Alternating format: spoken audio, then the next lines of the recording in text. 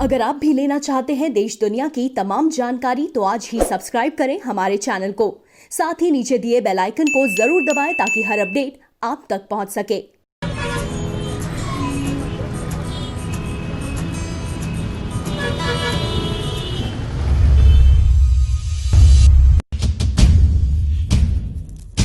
नमस्कार, Prabhasakshi news network के खास कार्यक्रम चाय पर समीक्षा में आप सभी का स्वागत है। इस सप्ताह वैसे तो कई सारे राजनीतिक सामाजिक घटनाक्रम रहे, आर्थिक घटनाक्रम रहे, वैश्विक घटनाक्रम रहे, लेकिन इस बार बात करते हैं दो बड़े मुद्दों की, जिससे 5 अगस्त का दिन अपने आप में ऐतिहासिक हो गया है। ऐतिहासिक पहले हुआ था क्योंकि आर्टिकल 370 हटा दिया गया था पिछले साल जम्मू कश्मीर से, और केंद्र शासित प्रदेश के रूप में देश के मानचित्र पर जम्मू कश्मीर और लद्दाख का उदय हुआ। इसको 1 साल हो गया। इस 1 साल में जम्मू कश्मीर ने कितनी तरक्की की, इसके बारे में बात करेंगे, लेकिन अयोध्या की बात सबसे पहले करते हैं। भगवान श्री राम का भव्य मंदिर बने अयोध्या में, श्री राम जन्मभूमि पर बने, इस बात की कल्पना पता नहीं कितने कितने संतों ने की, और आप देखिए कि 24 पीढ़ियां लगातार अपने नेत्रों में ये स्वप्न लिए चली गई, लेकिन ये सपना पूरा नहीं हुआ। आज की पीढ़ी सचमुच भाग्यशाली है कि जिसने देखा कि श्री राम जन्मभूमि पर भव्य राम मंदिर निर्माण के लिए भूमि पूजन हुआ। प्रधानमंत्री नरेंद्र मोदी ने अपने कर कमलों से भूमि पूजन किया। और आप देखिए, इससे पहले कौन प्रधानमंत्री वहां पर गया? प्रधानमंत्री वहां पर गए, रामलला के सामने साष्टांग प्रणाम किया, हनुमान गढ़ी में पूजन किया, संतों को संबोधित किया, और जो भी राम मंदिर आंदोलन से जुड़े लोग रहे हैं वहां पर जो लोग मौजूद थे उन सबको संबोधित किया।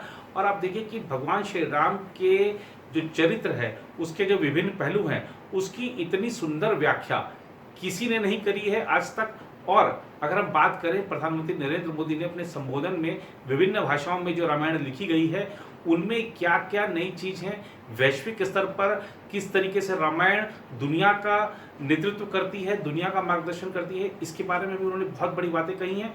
आप सबने सुना होगा, लेकिन हम आज की शुरुआत करते हैं आज के इस कार्यक्रम की प्रधानमंत्री नरेंद्र मोदी के संबोधन में से उस संक्षिप्त उद्धृत करते हैं उस चीज को जो हम आज आपको बताना चाहते हैं, जिस पर आगे विश्लेषण करेंगे। तो सबसे पहले सुनते हैं प्रधानमंत्री नरेंद्र मोदी का भाषण का वह मुख्य अंश। ये मेरा सौभाग्य है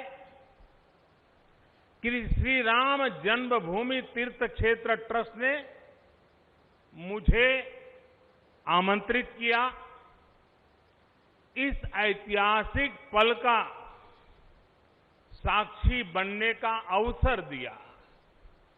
मैं इसके लिए हृदयपूर्वक श्री राम जन्मभूमि तीर्थ क्षेत्र ट्रस्ट का आभार व्यक्त करता हूं।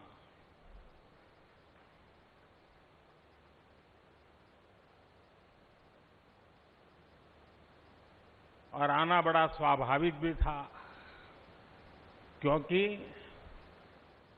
राम काज किनु बिनु मोहि कहां बिसरा।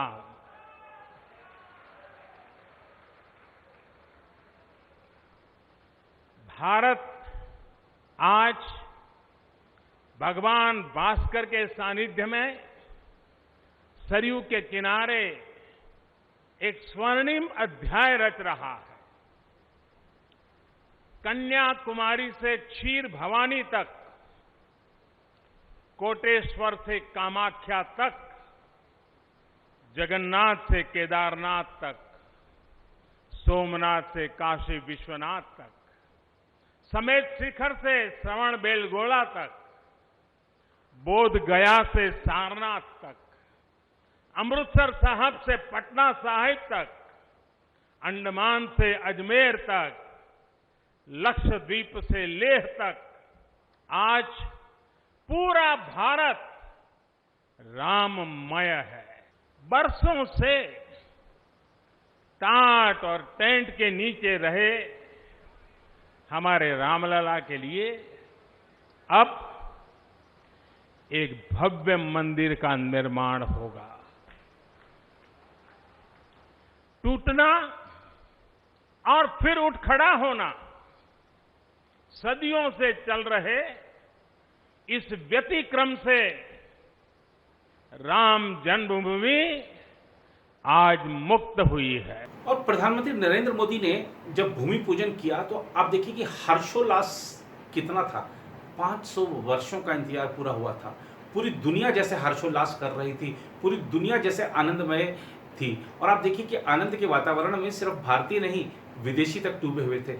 सोशल मीडिया पर ऐसी बहुत सारे वीडियो, बहुत सारी तस्वीरें भरी पड़ी हैं जिसमें ये प्रदर्शित हुआ कि लोग कितने प्रसन्न हैं भगवान श्री राम के मंदिर से। आज भी लोग कितने जुड़े हुए हैं भावनात्मक रूप से। और ये दृश्य देखकर जो लोग ये बातें कहते थे कि मंदिर आज कोई मुद्दा नहीं है, आज की पीढ़ी को सिर्फ नौकरी से मतलब है, सिर्फ अपनी जो प्रॉपर्टी से मतलब है, अपनी जो भी करियर से मतलब है, अपनी शिक्षा से मतलब है, उसको मंदिर से कोई लेना देना नहीं है। तो आज की युवा पीढ़ी को अगर आपने उस दिन देख लिया होता तो आपके समझ में आ गया होता कि आप गलत हैं। युवा पीढ़ी हो चाहे बच्चे हों, हर कोई राम मंदिर से आज भी जुड़ा हुआ है। हर एक की भावना है कि वहाँ पर राम मंदिर बने, भव्य राम मंदिर बने, आकाश को छूता राम मंदिर बने। और यही सबकी जो भावना है ये अब हकीकत में बदलने जा रही है। फिलहाल आपको दिखाते हैं, आप देखिए कि किस तरीके से जश्न जो है सिर्फ भारत में नहीं, सिर्फ सरयू नदी के घाट पर ही नहीं भीड़ लगी थी। आपको दिखाते हैं सरयू नदी की कुछ तस्वीरें, सरयू नदी के घाट पर क्या माहौल था उस दिन। और न्यूयॉर्क में खासतौर पर टाइम्स स्क्वायर में दिखाते हैं। इसके अलावा ऑस्ट्रेलिया में आप देखिए कि किस तरीके से भव्य तरीके से लोग गीत गा रहे हैं, राम भजन गा रहे हैं। चौक चौराहों पर उस दिन देश भर में लोग गीत गा रहे थे, भजन गा रहे थे, राम धुन बजा रहे थे। और आप देखिए चाहे लंदन की सड़कें हों, चाहे दिल्ली की सड़कें हों, सब जगह एक जैसा माहौल था।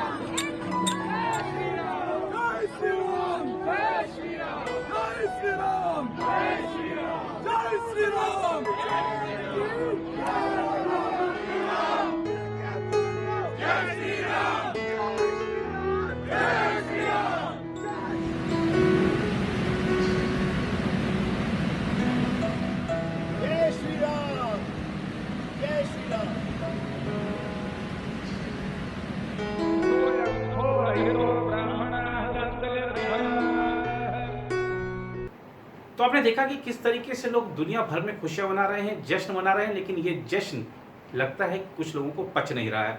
अब all India Muslim personal law board की बात करिए, उन्होंने तो खुलेआम ट्वीट करके जिस तरीके से जहरीली बातें कही हैं वो दर्शाता है कि कानून के लिए उनके मन में कोई सम्मान नहीं है, संविधान के लिए कोई सम्मान नहीं है, उच्चतम न्यायालय के लिए कोई सम्मान नहीं है। और आप देखिए कि किस तरीके से वो कह सकते हैं और कोई उन पर कार्रवाई नहीं होती। वो खुलेआम कह रहे हैं कि एक दिन आएगा जब वहाँ पर वापस मस्जिद होगी। ये क्या है, ये बयान क्या दर्शाता है? ये आपके अंदर के विद्वेष को तो लाता ही है, आपके अंदर जो जहर भरा है उसको ला रहा है। सामाजिक सद्भाव बिगाड़ने वाला पूरा का पूरा बयान है ये। और इसके अलावा आप देखिए असदुद्दीन ओवैसी वो क्या कह रहे हैं? कह रहे हैं प्रधानमंत्री नरेंद्र मोदी ने वहाँ जाकर एक भूमि पूजन समारोह में सम्मिलित होकर संविधान की शपथ का उल्लंघन किया है। यही नहीं, ओवैसी यहाँ तक कह गए कि प्रधानमंत्री मंदिर की नींव नहीं रखने गए थे, वो हिंदू राष्ट्र की नींव रखाए हैं। और ऐसे ही जो भड़काऊ बयान हैं वो बहुत से लोगों ने दिए। आपको एक मौलाना साहब जो राजनीतिक सामाजिक रूप से थोड़ा सा सक्रिय होने की कोशिश करते हैं, सक्रिय होते दिखना चाहते हैं, वो क्या भड़काऊ भाषण दे रहे हैं आपको सुनाते हैं। आप गौर कीजिए, निर्णय कीजिए, क्या ऐसे लोगों को आगे बढ़ाने की ज़रूरत है? ये ऐसे लोगों की जगह कहाँ होनी चाहिए? क्या ये जेल में जाने लायक नहीं है? जरा आप सुनिए, क्योंकि ये व्यक्ति ये कह रहा है, साफ साफ कह रहा है कि एक दिन मंदिर तोड़कर मस्जिद वापस बनेगी। सुनिए क्या भड़काऊ बयान है। हिस्ट्रीकार जब भी ईमानदारी से हिस्ट्री लिखेगा तो हिटलर शाही ताकत और हुकूमत के बल पर जो कुछ देश के बहुसंख्यकों ने माइनॉरिटीज़ के साथ, अक़लियत के साथ किया है, वो बहुत बुरा है। मुस्लिम पर्सनल बोर्ड ने जो कहा है कि यह मस्जिद थी, है और रहेगी, ये उनका अपना बयान नहीं है। जिस धर्म में हम आस्था रखते हैं, इस्लाम धर्म ये कहता है कि मस्जिद जहाँ एक बार बन जाती है वो क़यामत तक मस्जिद रहती है।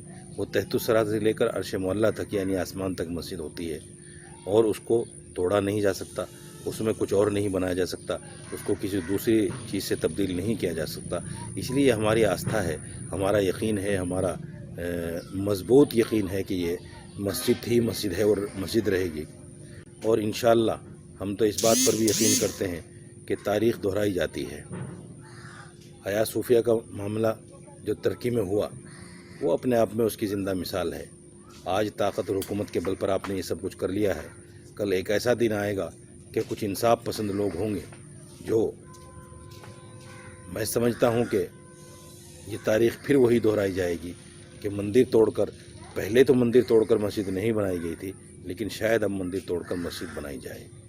इसलिए हुकूमत ने प्राइम मिनिस्टर में शिलान्यास में शामिल होकर संविधान को जो ठेंगा दिखाने का काम किया है, संविधान को तार तार करने का जो काम किया है, वो बहुत बुरा है। उसको कोई भी आदमी अच्छा नहीं समझता जो ज़रा सी भी संविधान की अकल रखता है, संविधान का ज्ञान रखता है। अब आपने देखा कि इन महाशय ने क्या भड़काऊ बयान दिया।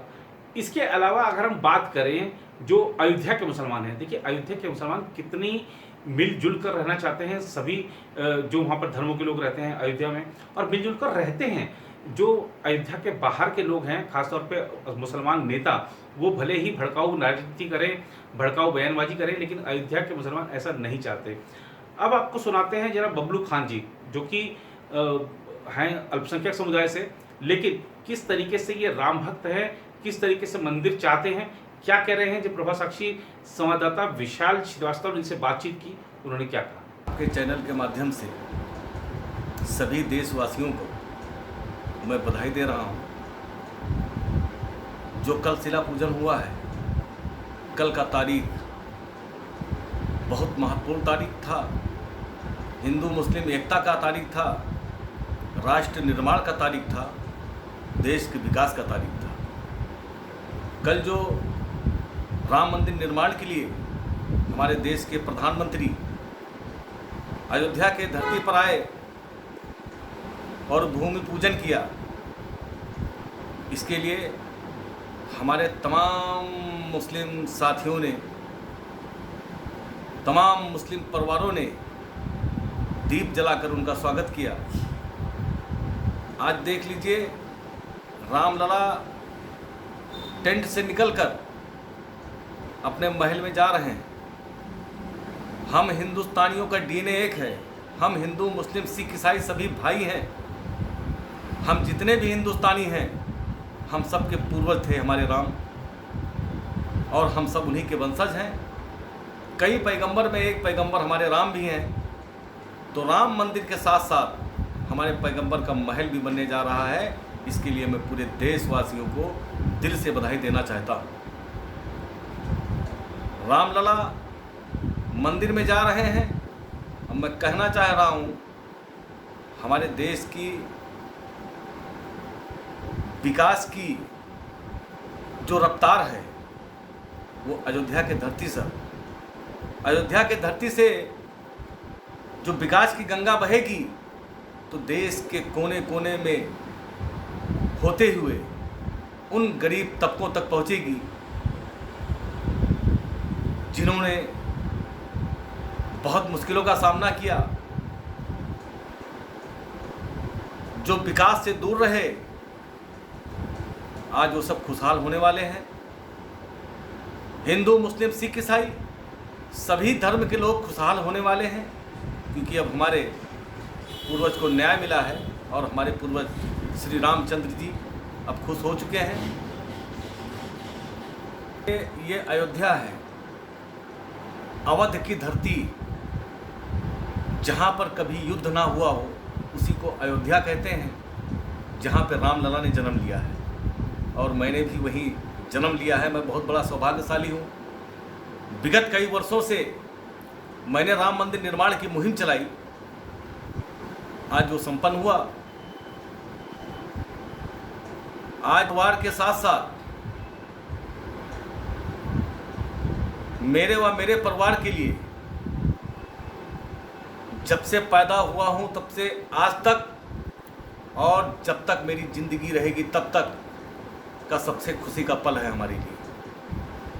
जो राम मंदिर निर्माण के पक्ष में फैसला आया, शिला पूजन भी हुआ और राम मंदिर निर्माण का कार्य होने जा रहा है। गंगा जमुनी की जो तहजीब है अयोध्या का, तो मैं कहना चाह रहा हूँ इसी अयोध्या के धरती पर हम हिंदू मुस्लिम सिख ईसाई हम सब एक भाई के रूप में हैं। एक ही थाली में हम लोग खाना खाते हैं। जिस तरीके से हमारा एक परिवार है उसी तरह से हम अयोध्यावासी हैं। हम लोगों के अंदर कभी भेदभाव नहीं, कभी हिंदू मुस्लिम नहीं। कुछ राजनीति करने के लिए हमारे ही समाज के लोग जो हिंदू मुस्लिम करते हैं, हमारे मुस्लिम समाज को भड़काते हैं। उन्होंने सुप्रीम कोर्ट का जो सुप्रीम फैसला आया उसको दरकिनार करके ये भी कहना चालू कर दिया कि वहाँ पे मस्जिद थी और मस्जिद रहेगी। ये गलत है, इसका मैं घोर विरोध करता हूँ। इस तरीके से हमारे भोले भाले मुस्लिम समाज को ना भड़काया जाए। मैं कहना चाहता हूँ अपने देश के कोने कोने में बैठे हुए तमाम मुसलमान भाइयों से, मैं बबलू खान अयोध्या, मैं कहना चाह रहा हूँ जो प्यार मोहब्बत हमारे अयोध्या वासियों में है, हिंदू मुस्लिम में है, संत महात्मा को हम एक दूसरे को गले लगाते हैं, एक ही थाली में खाना खाते हैं। अगर हमको कुछ दुख होता है तो हमारे संत समाज को दुख होता है। अगर हम खुश रहते हैं तो हमारा संत समाज भी खुश रहता है। तो ऐसे लोगों के भड़काओं में ना आए, जैसे कि ओवैसी साहब ने जो कल अपने भाषा का प्रयोग किया है उनको वापस लेना चाहिए और जात पात की राजनीति नहीं करना चाहिए, बंटवारे की राजनीति नहीं करना चाहिए। और मुस्लिम भी समझदार हो चुका है, मुस्लिम भी होशियार हो चुका है। अब मुस्लिम भी राम को पहचान चुका है, उसको भी पता है कि राम मुसलमानों के पूर्वज हैं और मुसलमान राम का वंशज है। तो ओवैसी साहब ऐसे भाषा का प्रयोग मत करिए, वरना जिस मुस्लिम ने आपको पार्लियामेंट पहुंचाया है वही मुस्लिम आपको टाट के पट्टी तक पहुंचा देगा। ये मैं कहना चाह रहा हूं। राजनीति करिए, विकास की राजनीति करिए। लोगों को शिक्षा कैसे मिलेगा अच्छा से अच्छा, उसकी राजनीति करिए। लोग उनका घर परिवार कैसे चलेगा उसकी राजनीति करिए। लोग खुशहाल कैसे रहेंगे उसकी राजनीति करिए। सीखना है तो भारतीय जनता पार्टी कि नरेंद्र भाई मोदी से सीखिए। सीखना है तो भारतीय जनता पार्टी के अमित शाह जी से सीखिए। सीखना है तो भारतीय जनता पार्टी के मुख्तार अब्बास नकवी जी से सीखिए। देख लीजिए आज जो उन्होंने नारा दिया था, सबका साथ, सबका विकास व सबका विश्वास, आज उसी के रास्ते पे भारतीय जनता पार्टी चल रही है और हमारे मुस्लिम समाज के लोग भारतीय जनता पार्टी से जुड़ते हुए चले जा रहे हैं। और आने वाले समय में ये आपको भी दिख जाएगा कि मुस्लिम तबका किस दल के नीचे किस। आज हमारा मुस्लिम समाज जितना खुशहाल है आज़ादी के बाद से, बहुत लोगों ने मुस्लिम के दम पर सत्ता हासिल की, लेकिन आज जो हमारे मुस्लिम का आवाज़ आ रहा है कि भारतीय जनता पार्टी के सरकार में हमको आवास मिला, भारतीय जनता पार्टी के सरकार में हमको शौचालय मिला, भारतीय जनता पार्टी के सरकार में आज पूरी दुनिया के साथ साथ हमारा देश भी कोरोना जैसे महामारियों से जूझ रहा है, तो भारतीय जनता पार्टी के सरकार में फ्री का भोजन मिला। ये हमारे गरीब का दिल से दुआ निकल रहा है भारतीय जनता पार्टी के लिए। मैं बता रहा हूँ, हमारे समाज के लोगों ने ये ठाना है जिन लोगों ने भारतीय जनता पार्टी को दुश्मन बता करके सत्ता हासिल की है, आज उनका जमीन खसक गया है, उनका वोट खसक गया है। अब सिर्फ भारतीय जनता पार्टी के साथ हमारा समाज रहेगा। और मैं छाती ठोक कर कहता हूं, मैं भारतीय जनता पार्टी से सहमत हूं, मैं भारतीय जनता पार्टी का सिपाही हूं, मैं भारतीय जनता पार्टी के नीति से सहमत हूं। भारतीय जनता पार्टी के लिए तन मन धन से पूरी तरह से खड़ा रहूंगा। आने वाले समय में इसका जवाब भी मिल जाएगा। अब बाबरी मस्जिद मामले में पैरोकार रहे, पक्षकार रहे इकबाल अंसारी को सुन लीजिए। जब प्रभा साक्षी संवाददाता ने इनसे बातचीत की तो ये क्या कह रहे हैं, जरा ये सुनिए। कल 5 तारीख जो है, ये हिंदू धर्म से जो है ये 5 तारीख बड़ी मायने रखती है। सवाल अयोध्या का है, बाबरी मस्जिद का है, राम जन्मभूमि का है। सुप्रीम कोर्ट ने 9 नवंबर को सुप्रीम कोर्ट ने फैसला कर दिया, सारे हिंदू मुसलमानों ने कोर्ट का सम्मान किया। अब मेरा कोई कोई मुकदमा नहीं, जो भी मुकदमे थे वो सब खत्म हो चुके हैं। 9 तारीख को 9 तारीख के बाद में मंदिर का काम शुरू है। कल माननीय प्रधानमंत्री जी नरेंद्र मोदी जी आए, धर्म के हिसाब से, रस्म रिवाज के हिसाब से उन्होंने पूजा पाठ किया, मंदिर का काम शुरू हो गया। हमारा कोई विवाद अब नहीं रहा वहाँ। देखिए, सवाल हमारे मस्जिद का है। सुप्रीम कोर्ट ने फैसला 9 नवंबर को कर दिया, हमने उसका सम्मान किया। 5 एकड़ जमीन सुप्रीम कोर्ट ने सुन्नी सेंट्रल वक्फ बोर्ड को दिया है, अयोध्या से 25 किलोमीटर दूर दिया है। और सुन्नी सेंट्रल वक्फ बोर्ड जो है बोर्ड सरकार का होता है, उसके जो है चेयरमैन जफर फारूकी हैं। जफर फारूकी क्या करते हैं क्या नहीं करते, अब वहाँ मेरी कोई जिम्मेदारी नहीं बनती। जब तक मस्जिद का मुकदमा अयोध्या में रहा, मैं उसकी जो है उसका मुकदमा देखता रहा, मुकदमा लड़ता रहा। सुप्रीम कोर्ट ने फैसला कर दिया, मुकदमा साफ हो गया। सवाल यह है कि जो है मस्जिद वक्फ रही, वक्फ बोर्ड जो है वो जो चाहे वहाँ करे, वो मेरी कोई जिम्मेदारी नहीं। सवाल जो है ट्रस्ट का है, जो है सुप्रीम कोर्ट ने ट्रस्ट बनाने के लिए नहीं कहा है।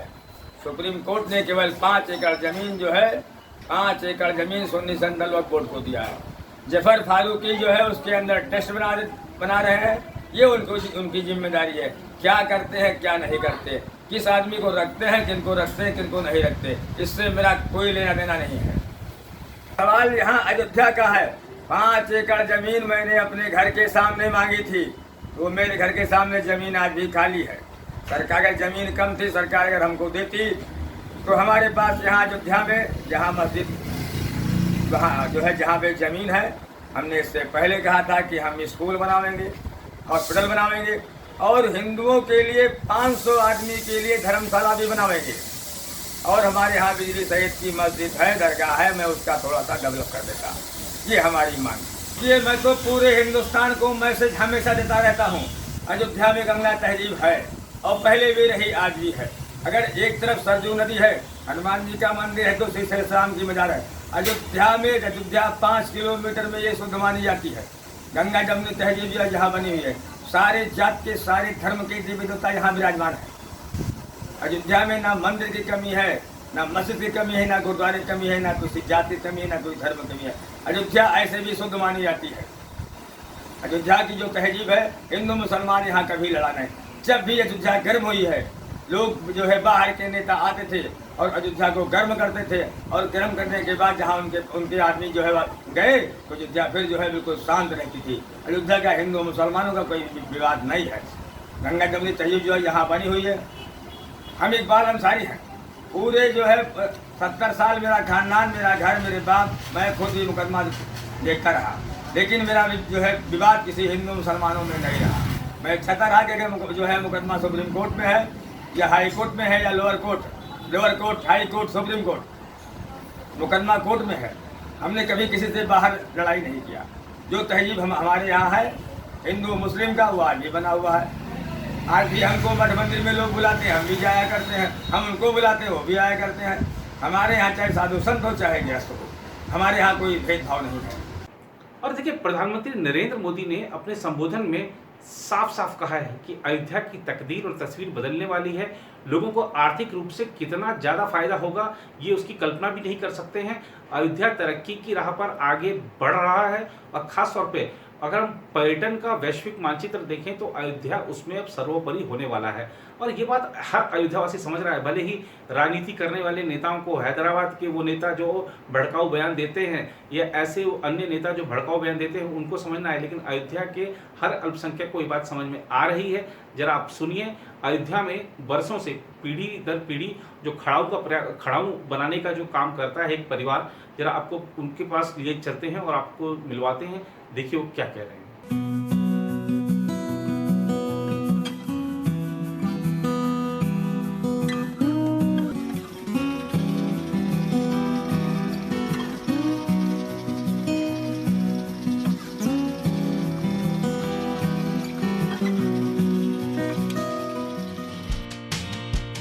इससे पहले हमारे पिताजी बनाया करते थे और उससे पहले उनके पिताजी बनाया करते थे।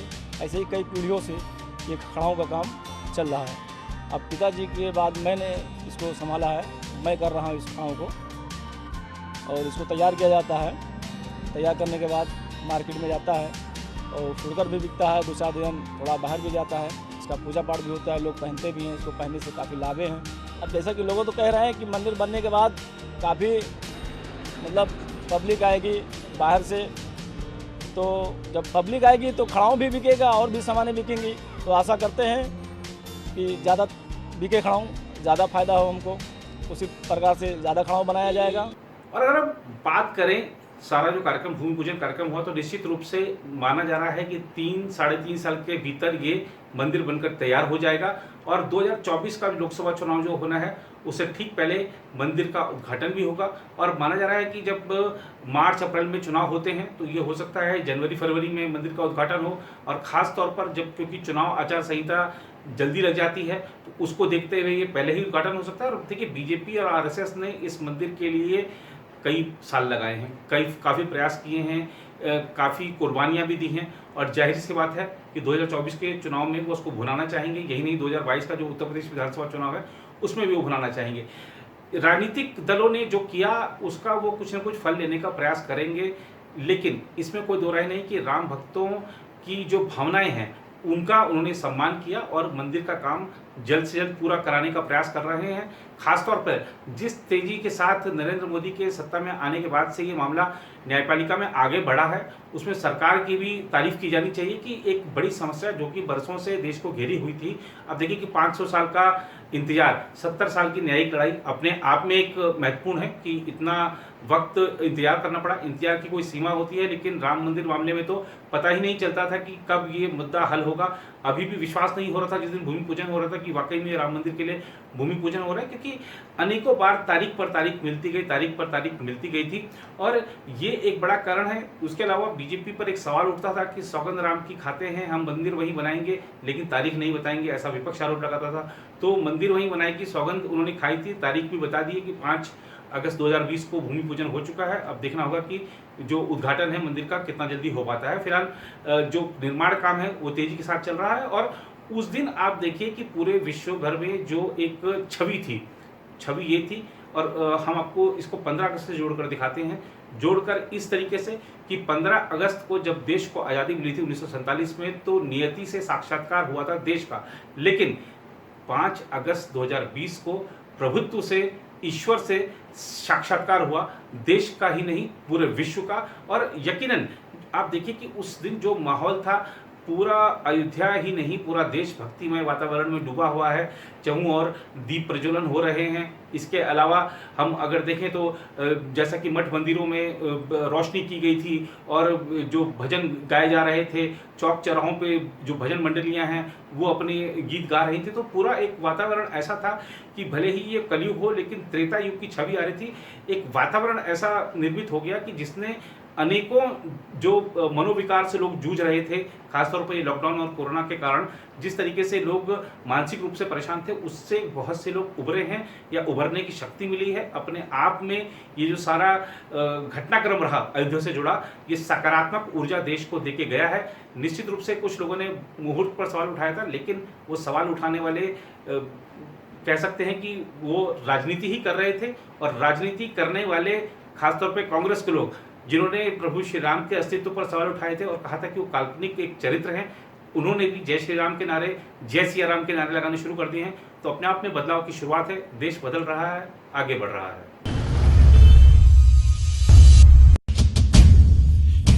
उधर अगर बात करें अनुच्छेद 370 के हटाए जाने के बाद कश्मीर में कितना लाभ हुआ, जरा इसकी बात सुन लीजिए।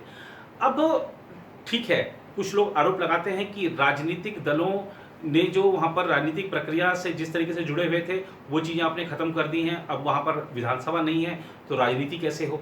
और ख़ास तौर पर देखना चाहिए कि विधानसभा नहीं हो लेकिन पंचायती राज वहाँ पर चल रहा है, बहुत अच्छे से चल रहा है। ये ठीक है कि कुछ दिनों से आतंकवादियों के निशाने पर हैं कश्मीरी पंडित और बीजेपी के नेता, लेकिन आतंकवाद को जो करारी चोट पहुंची है पिछले 1 साल के दौरान, अगर हम बात करें घाटी में जहां पर हजारों की संख्या में आतंकवादी होते थे, वहां पर अब हम आपसे जब बात कर रहे हैं तो 200 आतंकवादी वहां पर बचे हुए हैं, मात्र 200 आतंकवादी हैं। जम्मू कश्मीर पुलिस के डीजीपी का ये बयान है।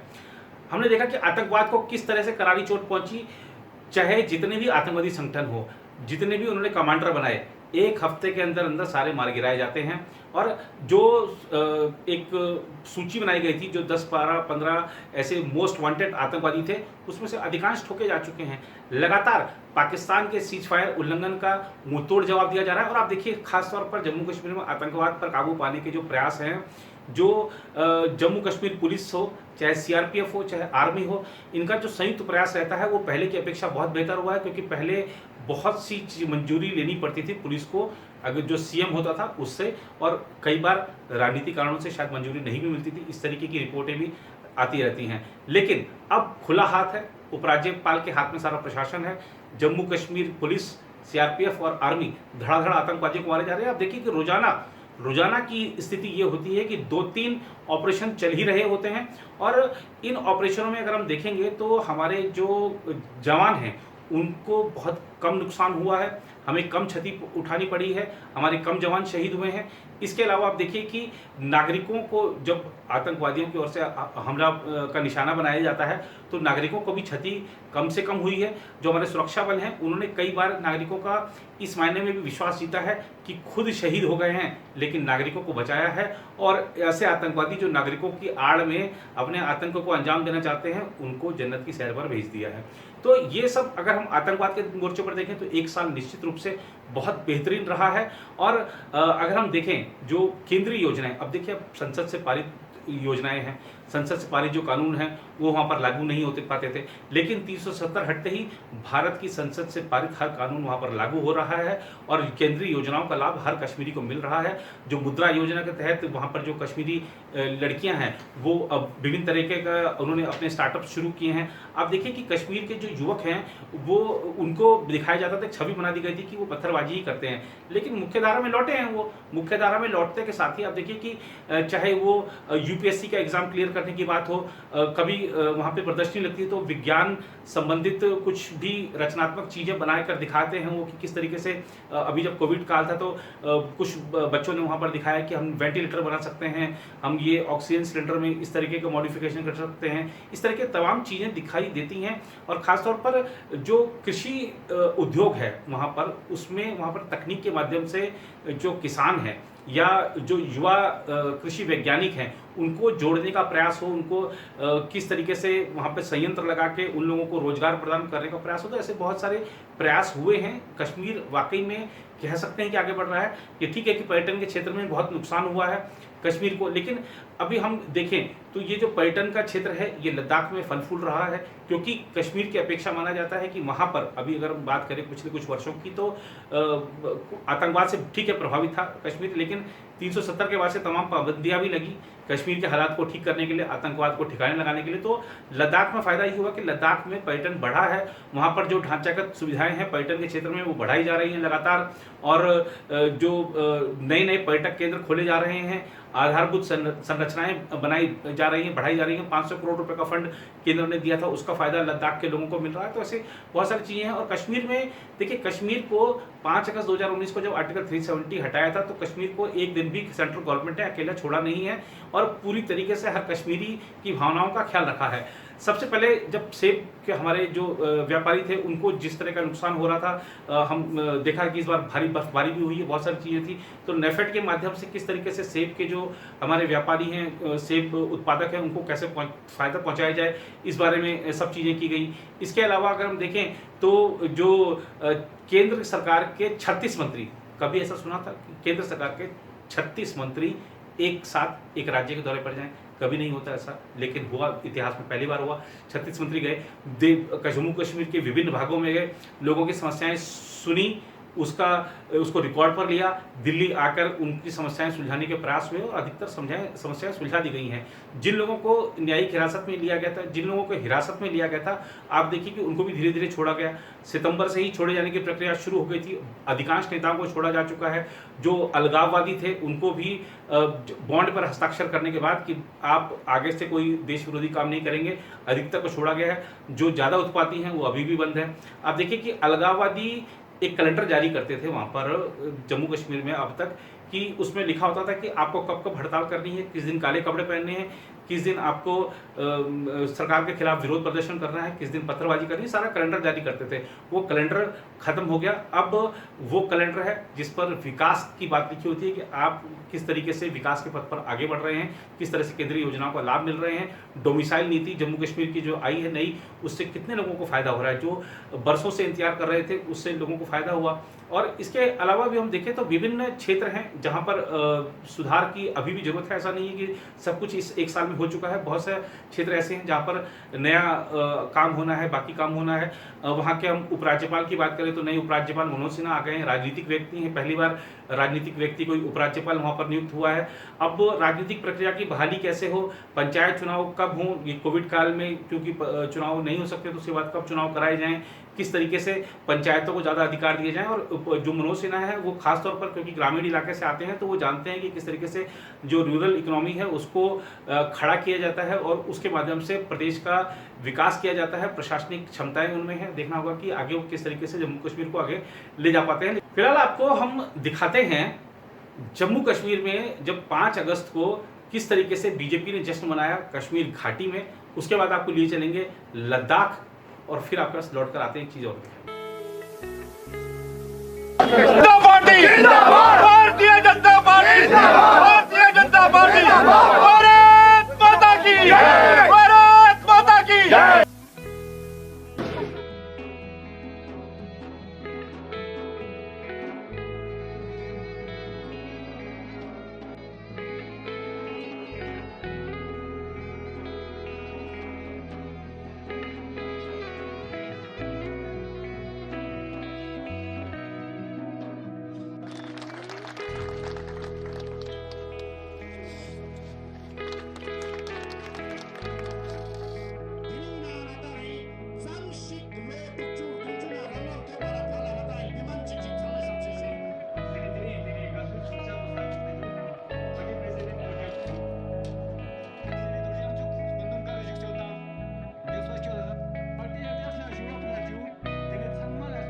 पूरे लद्दाख के साथ साथ पूरे भारतवर्ष के लिए एक ऐतिहासिक जो दिन है। आज ही के दिन माननीय प्रधानमंत्री श्री नरेंद्र मोदी जी की लीडरशिप में माननीय गृह मंत्री अमित शाह जी ने राज्यसभा के फ्लोर पे एक बिल प्रस्तुत करके जिसके माध्यम से 6 तारीख के दिन लोकसभा में बिल को पारित करके दोनों राज्यसभा और लोकसभा दोनों ने सहमति दे के जम्मू कश्मीर से आर्टिकल 370 और 35A का जो एब्रोगेशन किया और उसी जम्मू कश्मीर रीऑर्गेनाइजेशन एक्ट के तहत जम्मू कश्मीर आर्ट्सवाइल जो स्टेट था उसको बाइफरकेट करके 2 यूनियन टेरिटोरीज बना और लद्दाख वालों का जो 71 सालों का जो मंशा था, जो उम्मीदें थे, जो एस्पिरेशन थे, डिमांड थे, वो पूरा फुलफिल करके लद्दाख को एक नया केंद्र शासित प्रदेश बनाया गया और उसी के आज जो है पूरे एक साल जो फर्स्ट एनिवर्सरी जो आज पूरे लद्दाख में ज़ोर शोर से ले कारगिल नुब्रा ज़ंस्कार सभी इलाके में इसको हम मना रहे हैं। अब इस कार्यक्रम के अंत में आपको जरा पीओके लिए चलते हैं। पीओके में भी, जी हाँ, पीओके में भी कुछ सामाजिक राजनीतिक कार्यकर्ताओं ने आर्टिकल 370 हटाए जाने का जश्न मनाया। भले ही पाकिस्तान की सरकार विश्व भर में ढिंडोरा पीट रही हो, यूएनएससी में चाइना की आड़ ले रही हो कि भैया आप जरा ये 370 वाला मुद्दा उठाइए, कश्मीर वाला मुद्दा उठाइए, लेकिन वहाँ भी झटका लगा। लेकिन पीओके में लोग खुशी मना रहे हैं। देखिए,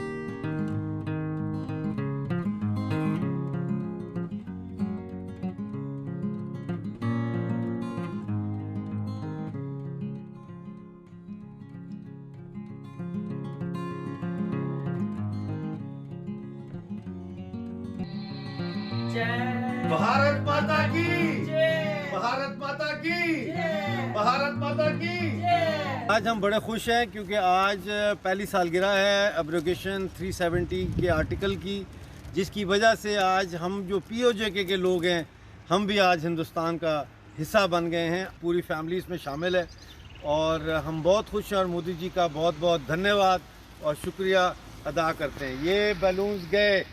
भारत माता की जय। तो ये थी इस सप्ताह की चाय पर समीक्षा। अगले सप्ताह आपके साथ फिर जुड़ेंगे, होंगे नए मुद्दे, कुछ नई चर्चाएं, नए विश्लेषण। फिलहाल इस कार्यक्रम में इतना ही।